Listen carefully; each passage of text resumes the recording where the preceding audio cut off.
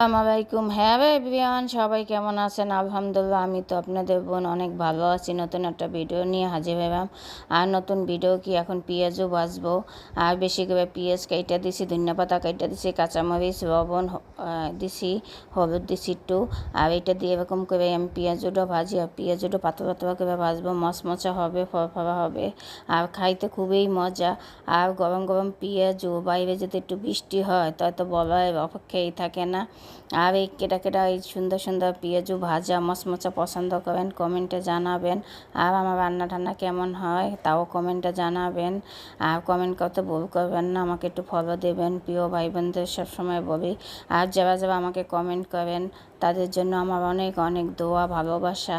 আর যে ভাইয়ারা দুইজন আমাকে স্টার দিয়েছেন তাদের প্রতিও আমার ছাড়, আমার দোয়া। আর সবাই আমাকে অনেক যারা ভালোবাসেন তাদের তো বলার অপেক্ষাই থাকে না, আমাকে সবসময়